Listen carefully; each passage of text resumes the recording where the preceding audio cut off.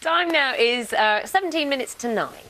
If you book your flights and holidays online, you'll know that when you get to the payment page, you're asked if you want to use a debit or a credit card. Credit cards usually incur a higher charge, ultimately making your trip more expensive. Well, those fees should have been reduced dramatically.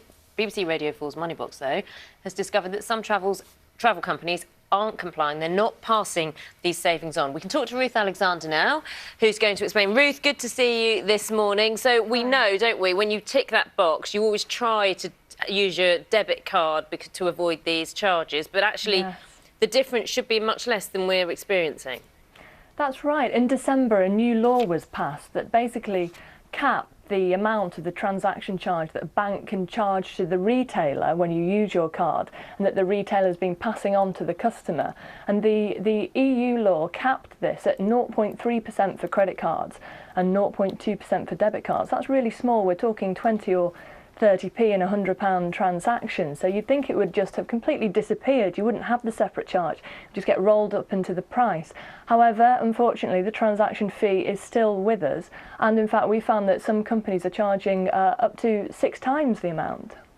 How are they justifying it?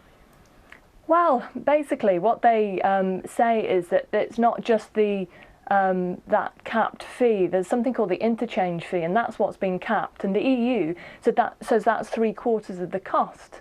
But the companies say, no, we face other costs. And we know a listener, Peter from the West Midlands, who was booking a holiday with Thompson for 13 lucky family members and friends. And when he came to pay the final £17,000, he could have been charged 1.5% if he'd used his credit card fee.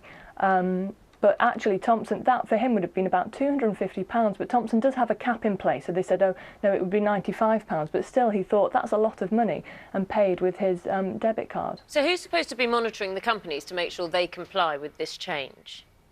Well, basically, we've been speaking to the Department of Business, and they say that if you feel that you've been charged too higher fees, then you should, in the first instance, complain to the retailer, and then after that, it's trading standards. And we're also interested in hearing people's experiences, so do please email moneybox@bbc.co.uk.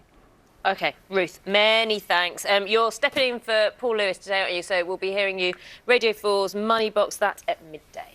That's right. Let's see, time now is 8:46. You're watching Breakfast from BBC News. A reminder of our main stories this morning.